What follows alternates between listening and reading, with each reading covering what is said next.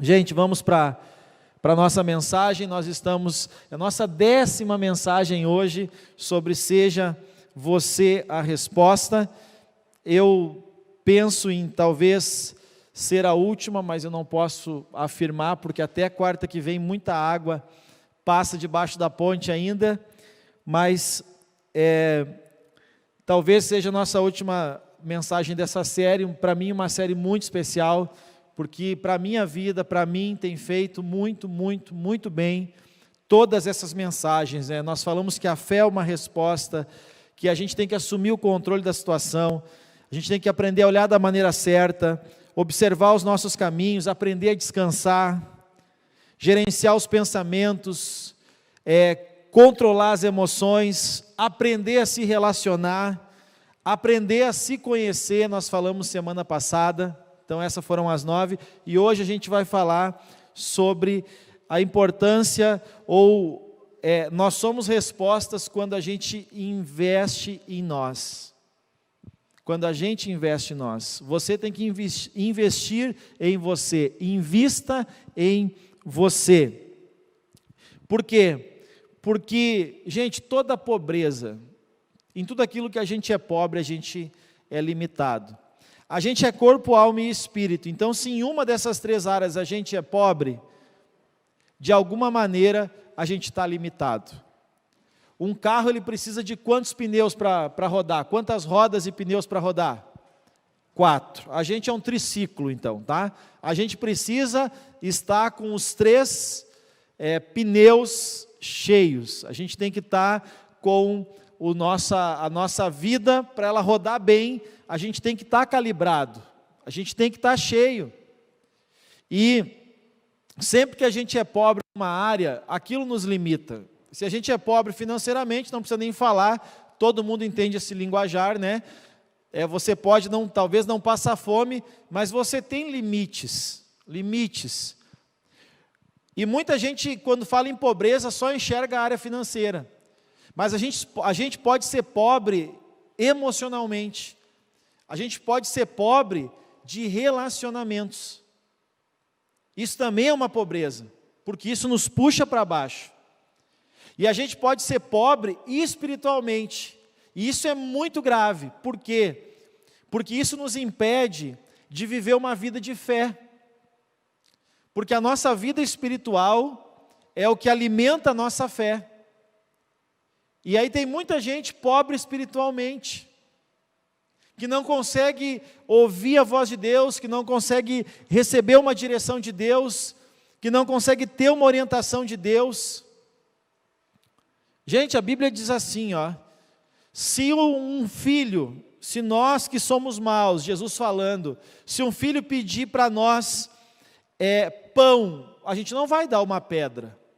Se ele pedir um peixe, a gente não vai dar uma cobra. Aí Jesus diz assim: se nós que somos maus, sabemos dar coisas boas para os nossos filhos, quanto mais Deus.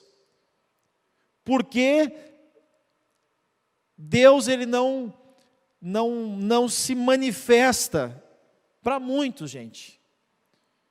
Porque as pessoas, elas espiritualmente, elas buscam pouco. Gente, a nossa vida, ela precisa de cuidados. Assim como você tem que alimentar o corpo todos os dias, assim como você tem necessidade de se relacionar, porque pode ver que as crianças isoladas, pessoas que se isolam, elas não estão bem, elas não estão normais. E a nossa vida espiritual, ela também necessita de ser alimentada. Então nós temos que aprender a investir em nós espiritualmente. Investir em nós espiritualmente. Eu sei que o Brasil está vivendo um momento bacana na questão leitura. E eu não sou absolutamente nada contra você. Existem muitos livros bons, de crescimento, de autoajuda, mas a gente também tem que ler livros que nos levem a nos aproximar mais de Deus, a conhecer mais a Deus, que nos mostrem caminhos espirituais. Bom, começar pela Bíblia, né, gente? Começar pela Bíblia, óbvio, claramente. Quase que eu esqueci, né?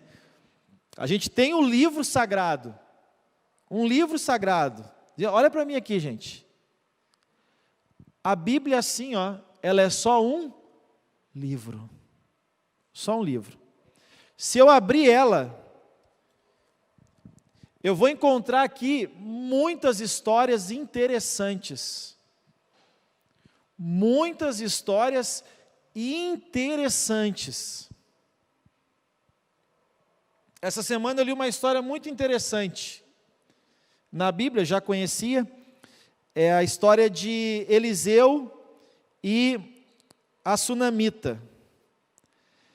Eliseu passava sempre no caminho da casa dessa mulher, e ela sempre dava comida para ele. Aí um dia ela disse para o marido dela: olha, o homem de Deus passa sempre por aqui, vamos fazer um quarto para ele junto do muro, uma meia água, de certo, né? Junto do muro, já penso um monte de coisa, né? E aí eles fizeram, e aí ela fazia tão bem para o homem de Deus, que ele disse o seguinte, falou para o discípulo dele: pergunta para ela, o que é que falta para ela, o que ela deseja, o que ela sonha. Aí o servo foi lá e perguntou, ele disse: não falta nada, não falta nada para a gente. Mas o servo viu, o discípulo viu que ela não tinha filhos. Ele foi lá e disse para Eliseu: Eliseu, ela disse que não falta nada, mas ela não tem filho. Aí Eliseu disse: por esse tempo, no próximo ano, tu vai estar carregando um filho nos braços. Deu exatamente isso, aconteceu, ela teve um filho. E aí, porque ela investia na vida espiritual dela, dá para se dizer isso, porque ela valorizava o homem de Deus. Eu não quero meia água na casa de ninguém, não se preocupe. Eu estou falando como ela não tinha um templo, ela cuidou do homem de Deus, certamente isso trouxe bom resultado para ela, ela realizou um sonho. Só que o menino, gente, teve uma dor de cabeça tremenda e morreu. E o marido estava no campo. E ela foi até o campo, não me lembro se foi pedir um servo, ou pedir um animal para ir atrás do homem de Deus. Ele já tinha partido. E o marido perguntou assim para ela: vai tudo bem contigo? Ela disse sim, o marido. E com o filho vai tudo bem? Sim, vai tudo bem. Ela não murmurou, ela não reclamou, ela não contou para ninguém. Quando ela está perto de Eliseu, Eliseu vê ela, pede para o discípulo ir lá perguntar qual era o problema. Quando chegou o discípulo: aconteceu alguma coisa contigo? Eliseu está perguntando. O que ela disse? Não. Está tudo certo contigo, com o teu marido, com o teu filho, vai tudo bem. Aí quando ela chegou no profeta, em Eliseu, ela se jogou nos pés dele e perguntou assim para ele: eu pedi um filho para Deus? Eu pedi? Não, foi tu que disse que eu ia ter um filho, eu tive um filho, agora ele está lá, está morto, volta comigo. E aí Eliseu volta, vai lá e ora, e não resolve, carrega o filho morto para cima dela, para baixo e tal, e aí ele ora a Deus: Deus, ela não pediu, a gente deu isso aqui para ela, o Senhor deu, por favor, Deus. Aí Eliseu deu aquela clamada e a criança ressuscitou. Então, é uma história linda, é uma história muito bonita, uma história que inspira. Agora, se eu olhar para esse trecho nas Escrituras, só como uma história, agregou alguma coisa? Não. Agora, a Bíblia ela faz diferença quando ela sai das páginas e ela se torna uma realidade na minha vida. Que aplicação a gente pode tirar disso? Eu não estou incentivando todo mundo a dizer, como palavra de esperança, não é utopia, que no final vai ficar tudo bem. O filho dela morreu, gente, mas quando perguntava como estava o filho, o que ela dizia? Vai tudo bem.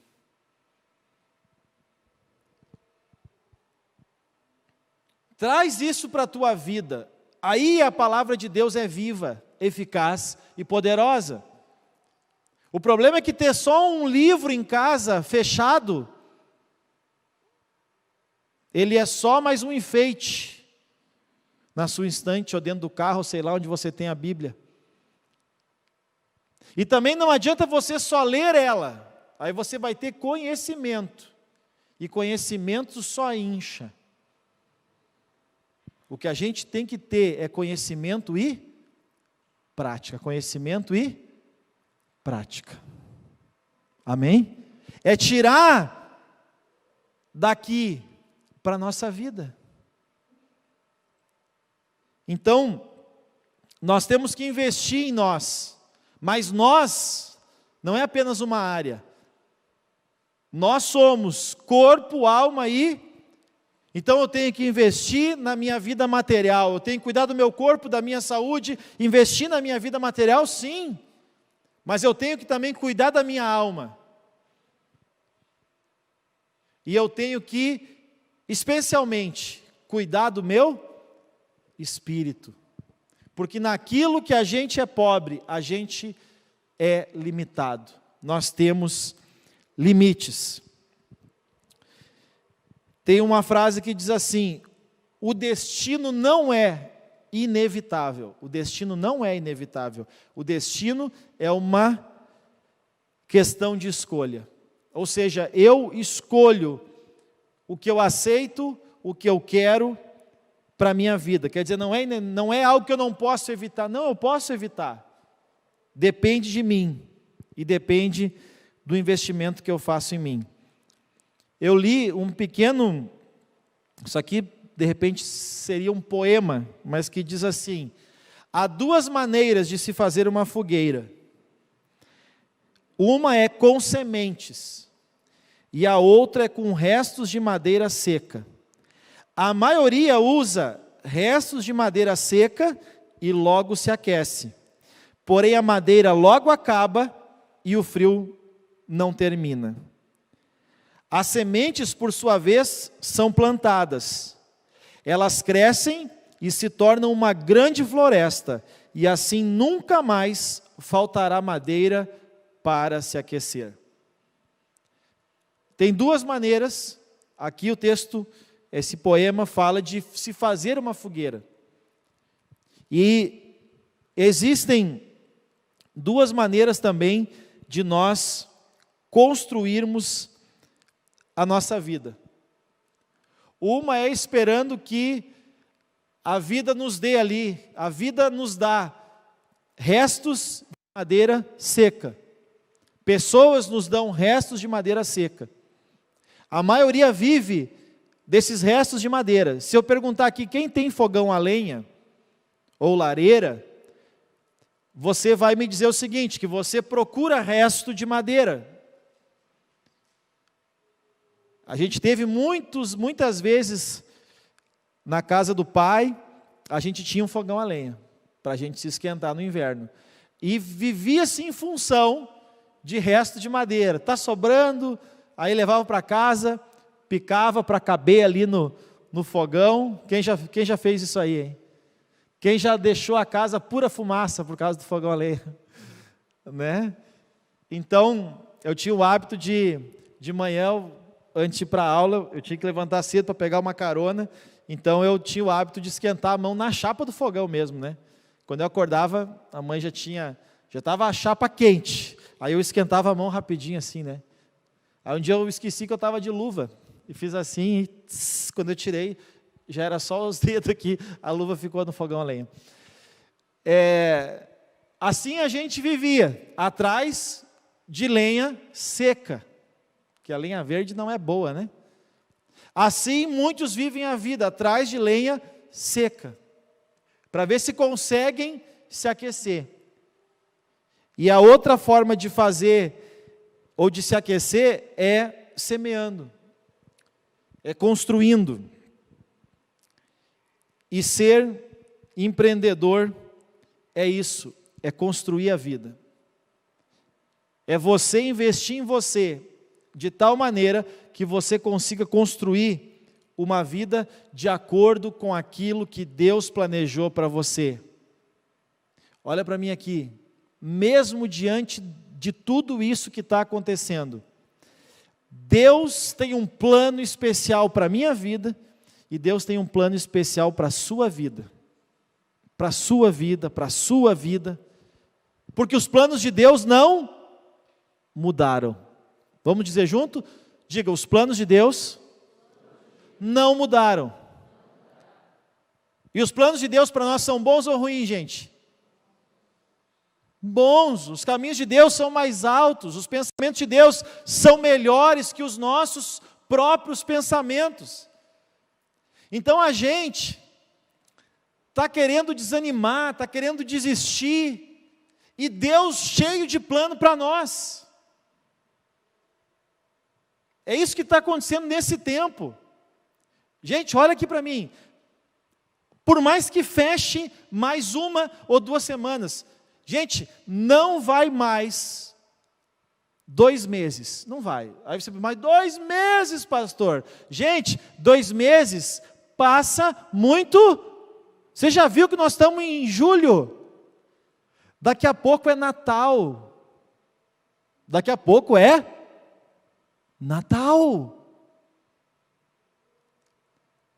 Isso aqui vai passar. E olha que interessante, gente. Olha que interessante. Eu ouço pessoas falando aí, pessoas com 60, com 70 anos, dizendo assim, eu nunca vivi isso na minha vida. Não vamos chamar de privilégio. Não vamos chamar. Nossa, não poderia dizer uma coisa dessa. Que privilégio, né? Mas veio no nosso tempo e nós temos que viver isso. E que bom que a gente não está sozinho, que bom que a gente tem uma igreja, uma família de fé, que bom que a gente tem Deus, amém, gente?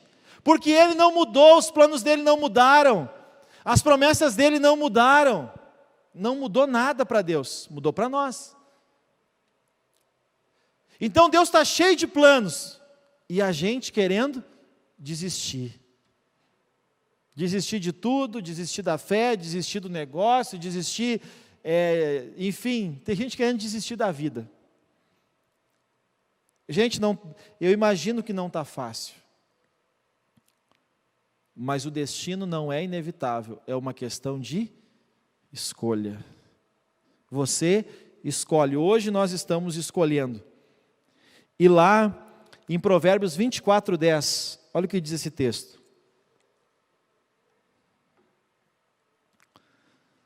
Se te mostras fraco no dia da angústia, a tua força é pequena. O que Salomão está dizendo aqui? Que muitas vezes, quando chegam os tempos difíceis, as pessoas enfraquecem na fé.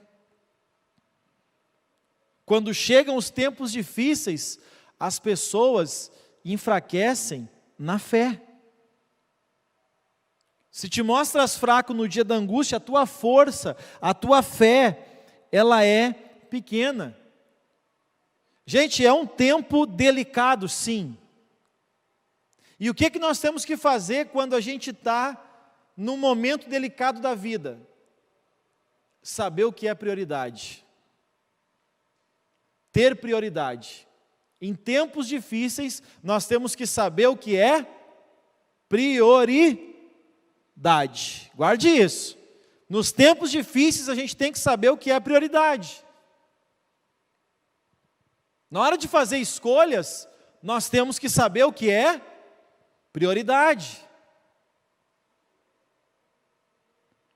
Porque tem pessoas que quando o tempo fica difícil, elas aí é aquela palavra do Salmo que diz um abismo chama outro abismo, né? A gente tem que cuidar com isso, por quê? Porque num tempo difícil, a pessoa se desestabiliza, se desespera, e aí vai tomando uma decisão errada em cima da outra, e é o grande problema.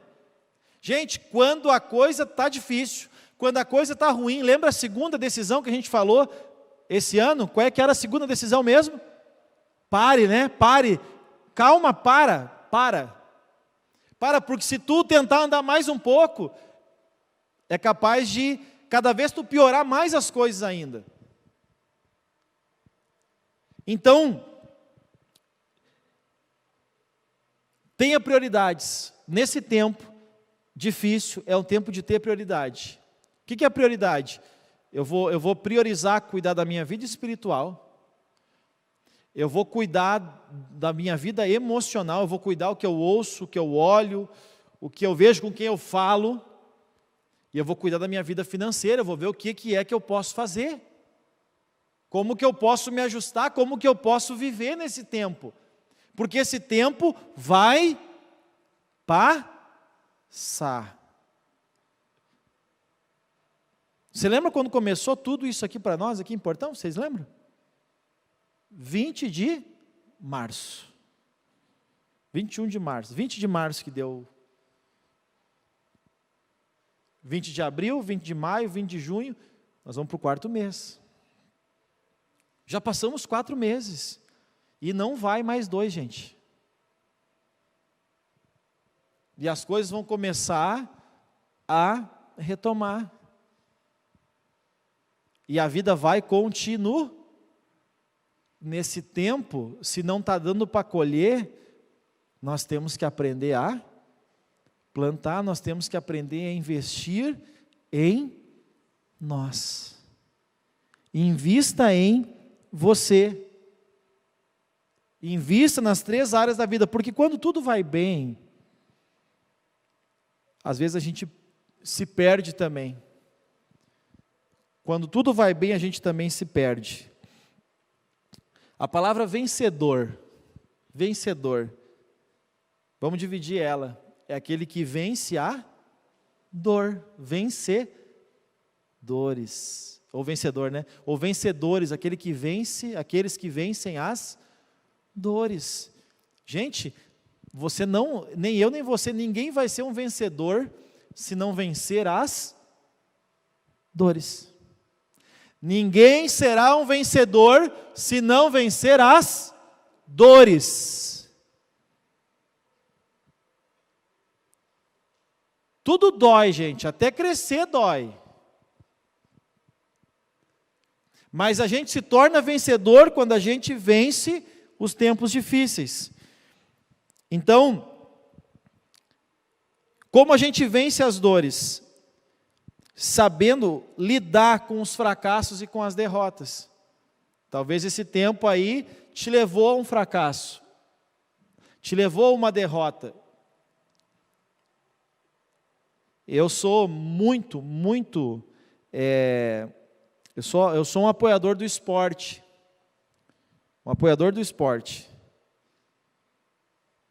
E se um dia Deus me der a condição de ter um trabalho social voltado para o esporte, bom, vocês já sabem que esporte eu vou. Por quê? Porque se tem uma coisa que a gente aprende no esporte é a perder. E a Bíblia diz que nos tempos da vida, há tempo de ganhar e tempo de... E tem gente que acha que o tempo de perder é terrível. Não, o tempo de perder é o tempo do fracasso, o tempo da derrota. A derrota também deve nos ensinar algo. Então, para você ser um empreendedor de si mesmo, tá? Porque quando a gente fala em investir em você, é para que você empreenda na sua vida. Todo mundo aqui é um empreendedor de si mesmo. Todo mundo é um empreendedor de si mesmo. E todo empreendedor sabe que ele vai errar, que ele vai fracassar e que ele vai ter derrota. Nem todo dia é bom, nem todo mês é bom, nem todo ano é bom. Mas ele vai ser um vencedor se ele conseguir vencer as dores dos desafios que ele tem.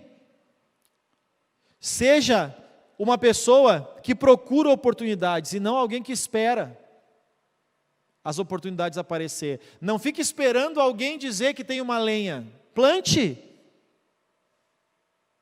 Seja uma pessoa que procura as oportunidades.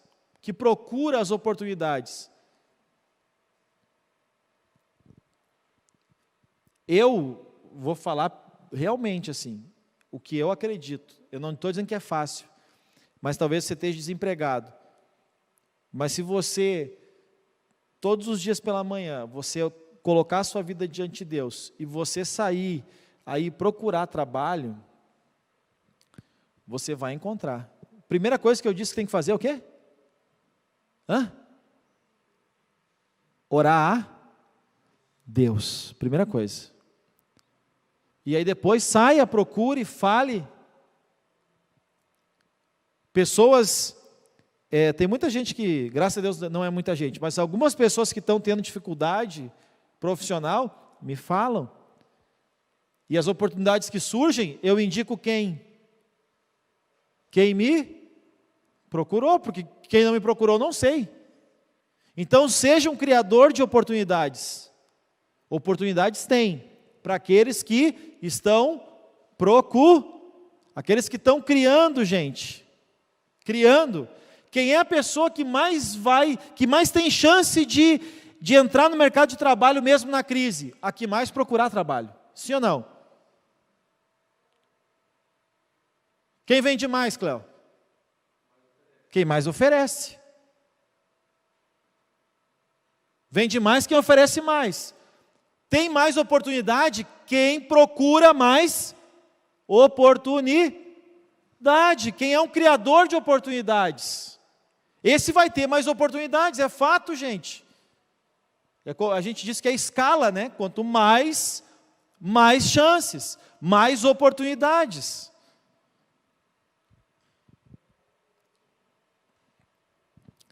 Tenha coragem. A coragem não é a ausência do medo. Não, a coragem é quando a coragem e o medo, nós podemos dizer, são duas forças. Quem vence? A que você alimenta mais. Alimente mais a coragem do que o medo. Alimente mais a coragem do que o medo. Nesse período. Aprenda a utilizar os fracassos como um pilar, ou como um degrau para o seu crescimento.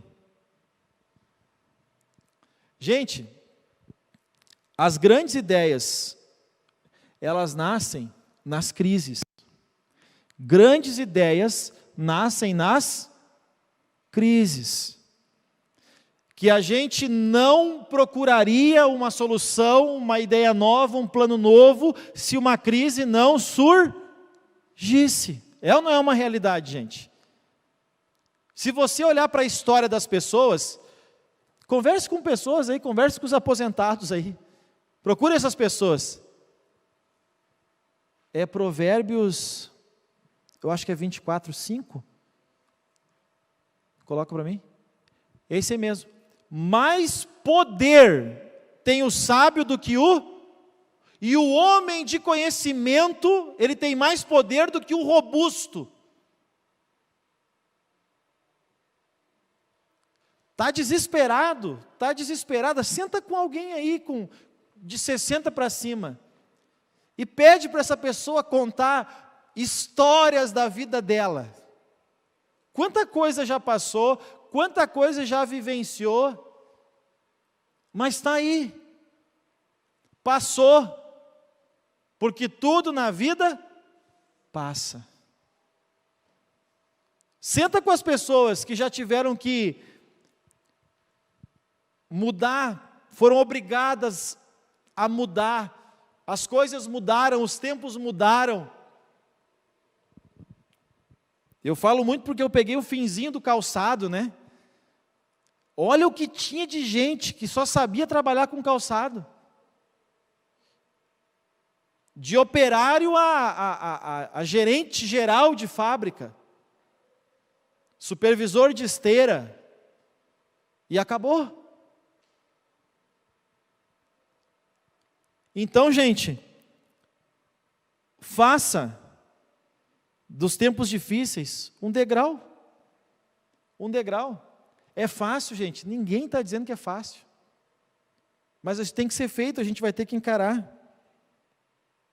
Acredite na vida e nunca desista das promessas de Deus. Comece de novo quantas vezes for necessário. Todo fim é um recomeço. Todo fim é um recomeço.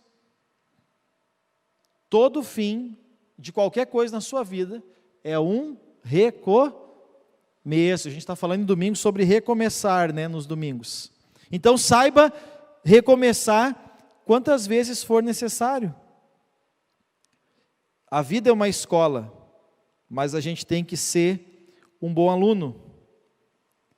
E é preciso nesse tempo, gente, muita disposição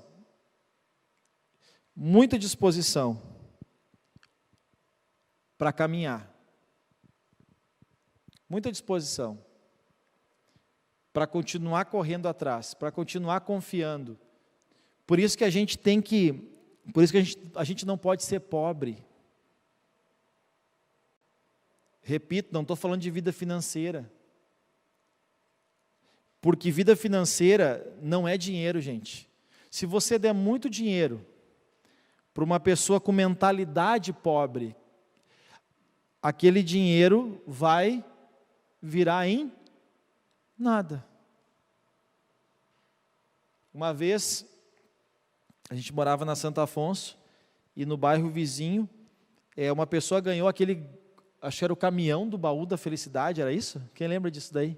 Acho que era o caminhão, que vinha um caminhão assim, eu não me lembro se tinha prêmio em dinheiro, não me lembro, mas tipo assim, na época eu olhava assim, poxa, tem tudo para ir para frente, não foi.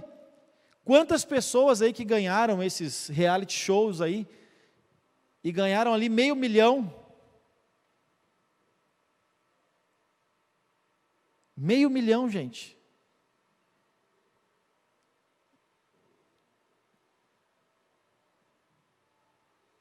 Se eu digo para você, sem medo de errar, o dia que eu tiver 500 mil, eu não trabalho mais.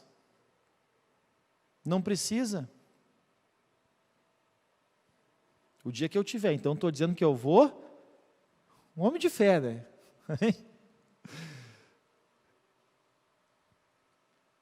Porque é a maneira de pensar. A pobreza não está no bolso, está na mente. Quem já leu o livro do apóstolo aqui, levanta a mão. Lembra quando ele ganhou? O que ele fez quando ele ganhou? Ele ganhou um porco. O que ele fez? Ele alimentou o porco e daí o que ele fez? Matou e comeu com os amigos. O que ele fez com o porco? Vendeu e se mudou para... Ele morava numa cidade chamada da Mata. Agora me esqueci para o lugar... Esqueci o nome da cidade, mas enfim, é longe. Vendeu o porco lá e veio para Sapiranga porque ele sabia que Sapiranga tinha muitas oportunidades. Seja um criador de oportunidades. As oportunidades aparecem para quem procura, guarde isso. Então seja um criador de oportunidade. Então tenha disposição para caminhar. E sempre seja humilde para corrigir os seus caminhos. O mais grave erro é não fazer nada. É o mais grave erro. É a pessoa não fazer nada. É aceitar o que a vida impõe.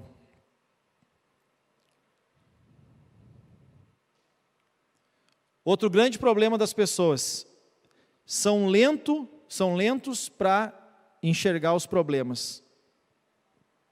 Lentos para perceber que tem que mudar. E piores ainda, né? São lentos para corrigir ou para reagir diante das situações. As pessoas são lentas. Lentas para enxergar o que está acontecendo. Lentas para perceber que as coisas mudaram. Gente, as coisas mudaram. Tem coisa que não volta mais. E lentos para reagir. Paralisam.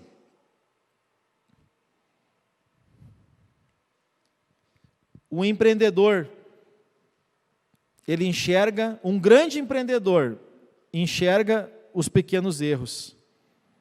E um pequeno empreendedor, ele só vê grandes erros.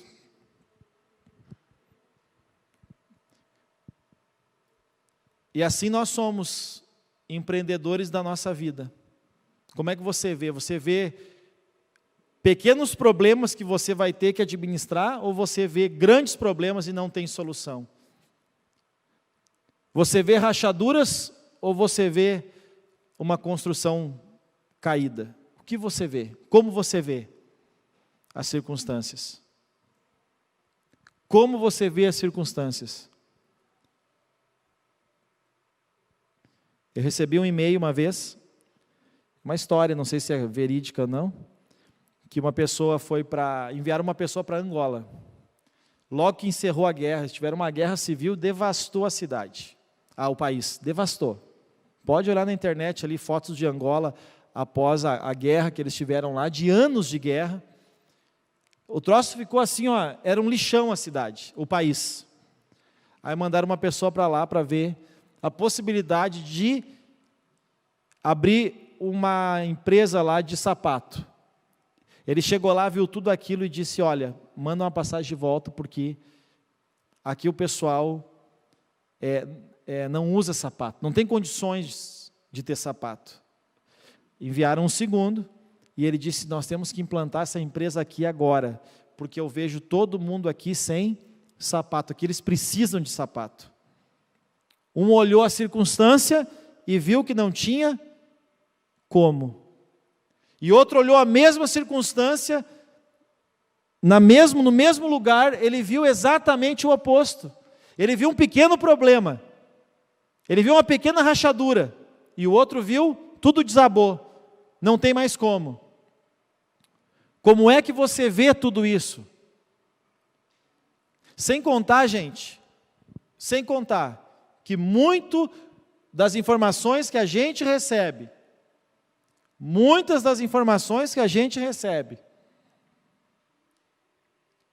é mentira, né?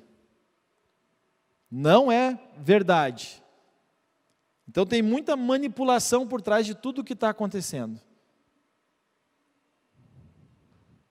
Gente, se não tivesse essa mídia toda, a mídia, e principalmente a questão das redes sociais, né, foi bom por um lado, que tudo é uma faca de dois gumes, né? Pode cortar para um lado e pode cortar para o outro também, né? Agora vamos lá. Qualquer coisa que dizem aí, sai todo mundo postando na internet e todo mundo acredita em tudo. Agora, se não tivesse a mídia que a gente tem hoje, talvez agora a gente ia começar a ficar sabendo disso aí e nada ia mudar. Os hospitais estão cheios. Me diz quando no inverno do sul os hospitais não estão cheios.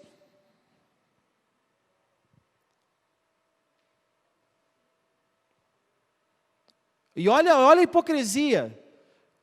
São Paulo construiu um hospital de campanha dentro de um estádio de futebol, Pacaembu. Vocês viram que já foi desmontado? Acabou o vírus. Todo o tempo que tiveram fazendo as quarentenas. Por que não prepararam as coisas? Porque vocês acham que estão preocupados, porque eles pregam isso, né? Nós estamos preocupados com a vida. O caramba, gente. Desculpe a expressão. Coisa nenhuma.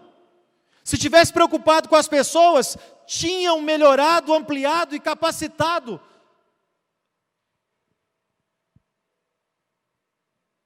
o sistema de saúde pública, sim ou não? Tiveram 4 meses, tiveram verbas, e não fizeram. O povo acredita em tudo que sai na rede social. É só pensar, gente. Não estou falando do que eu li, eu estou falando do que eu penso. É só pensar. Você vai receber um parente doente na sua casa. Você não prepara a sua casa para receber ele, sim ou não? O governo, os governos, os municípios, estavam sabendo. E por que não se prepararam?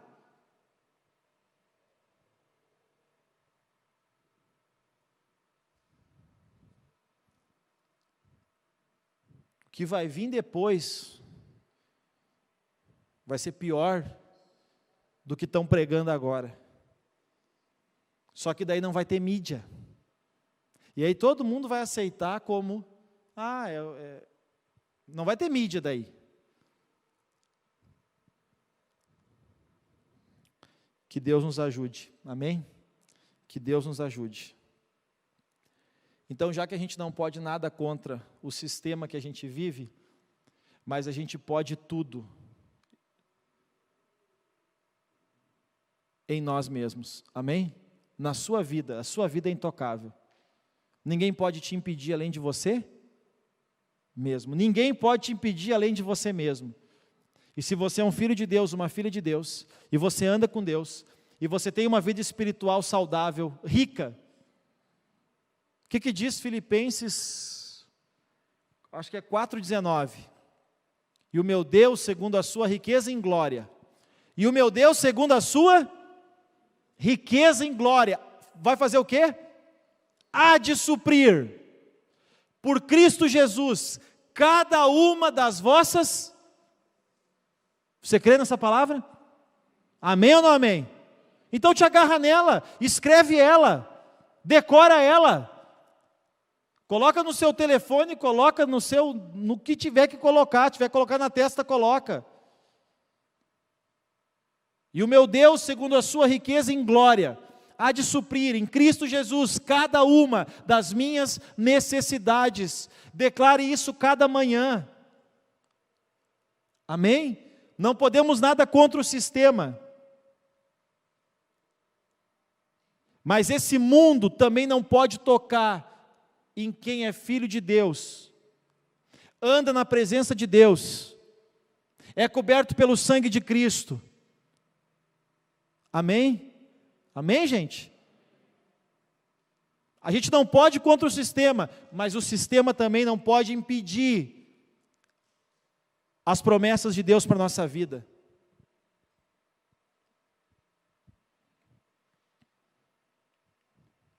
Então, seja um grande empreendedor, enxergue tudo isso como pequenas rachaduras, amém? Não vê tudo isso como um prédio que foi implodido. Sempre na vida, gente, hoje é coletivo, eu já falei isso várias vezes, mas a nossa vida, a gente vai chegar em algum momento numa encruzilhada, nós vamos ter que escolher um caminho.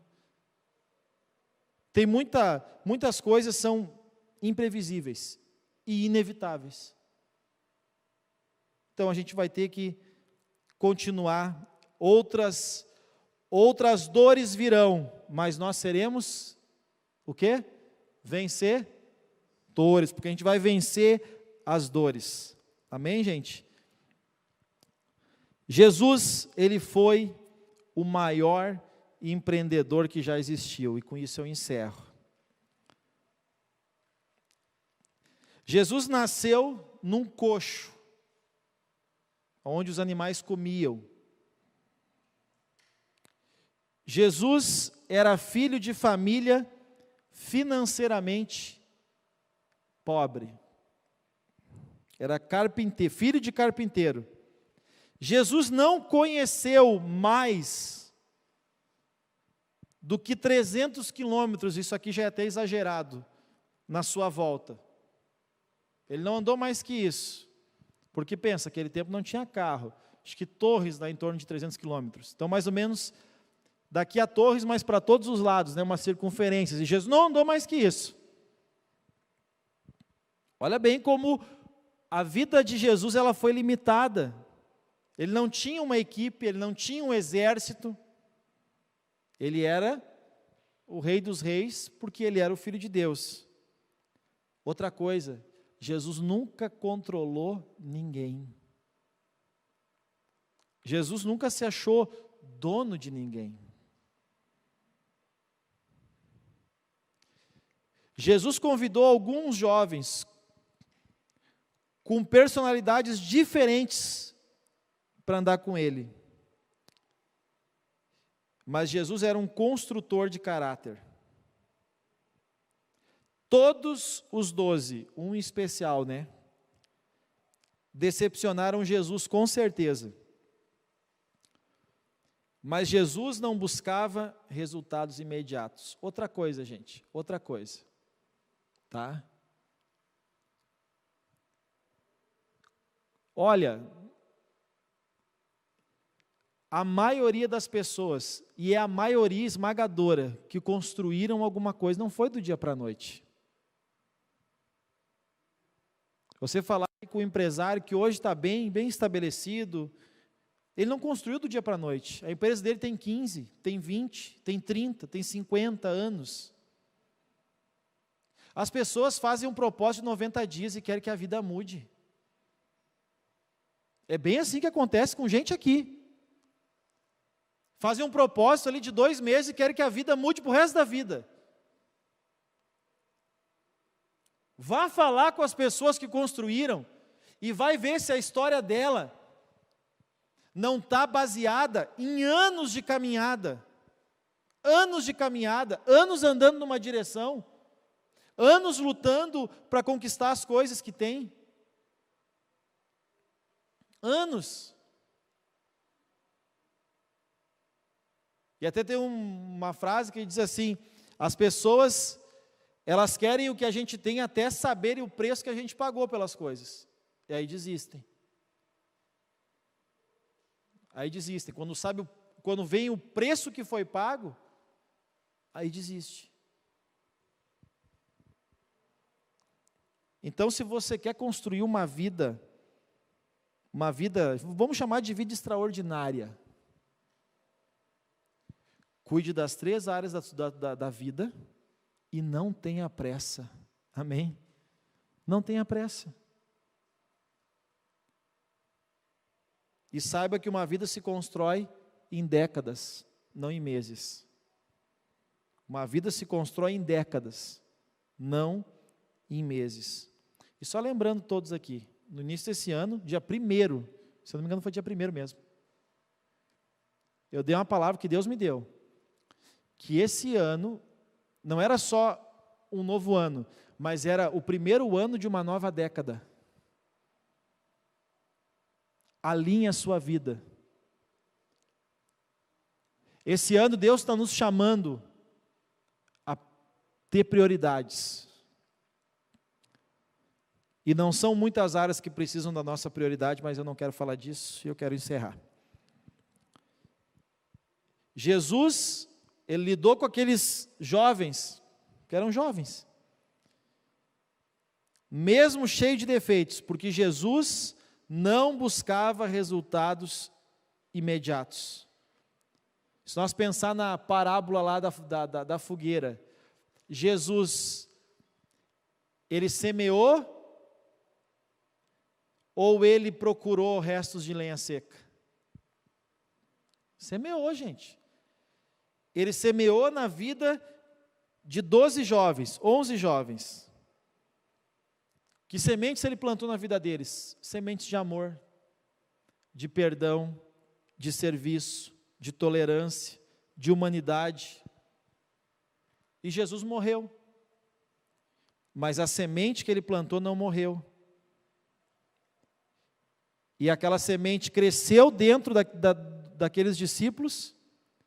E olha só, a semente cresceu no calor de uma perseguição. Hoje eu ouvi uma música que eu devo ter ouvido ela no mínimo umas 20 vezes hoje, porque eu sou meio assim, né? Quando eu pego uma, eu pego, né? Uma música muito linda que fala sobre isso.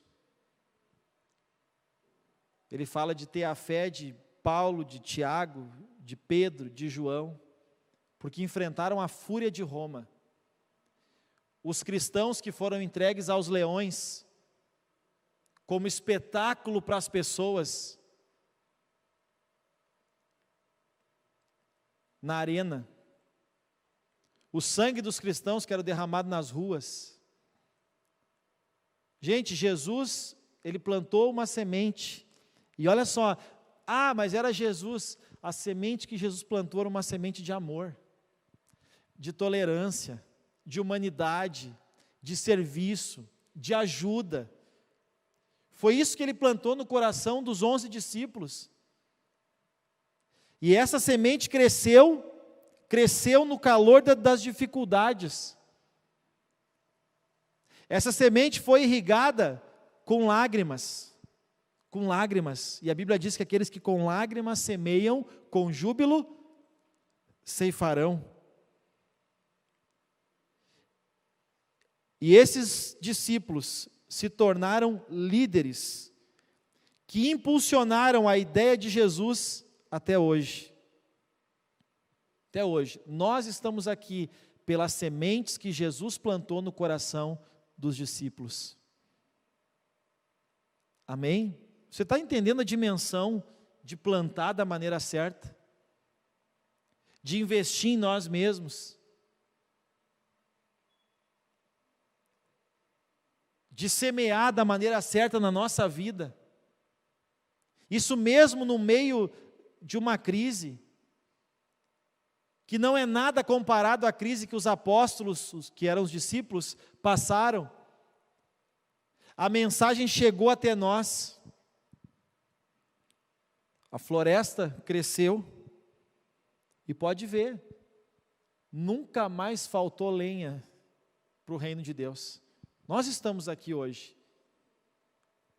pelas sementes que Jesus plantou no coração de alguns jovens homens, né? De jovens mulheres também. Hoje, são mais de 2 bilhões de pessoas no mundo que seguem a Jesus. E quem não segue, conhece. Já ouviu falar de Jesus, sim ou não? Pode não seguir, mas conhece Jesus. E alguns não seguem, mas admiram Jesus. E o que Jesus tinha? Nada.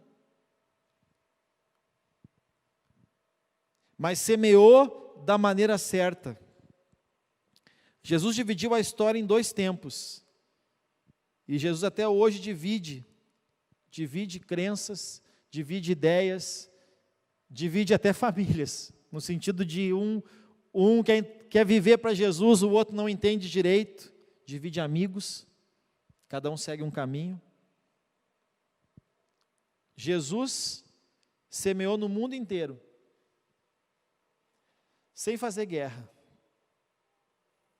apenas falando sobre amor, perdão e servir. Amém? Invista em você. Invista na sua vida espiritual, invista na sua vida emocional, cuide da sua vida financeira e material e semeie boas sementes nesse tempo. Semeie para construir uma floresta, para nunca mais faltar nada na tua vida. Amém? Vamos nos colocar de pé?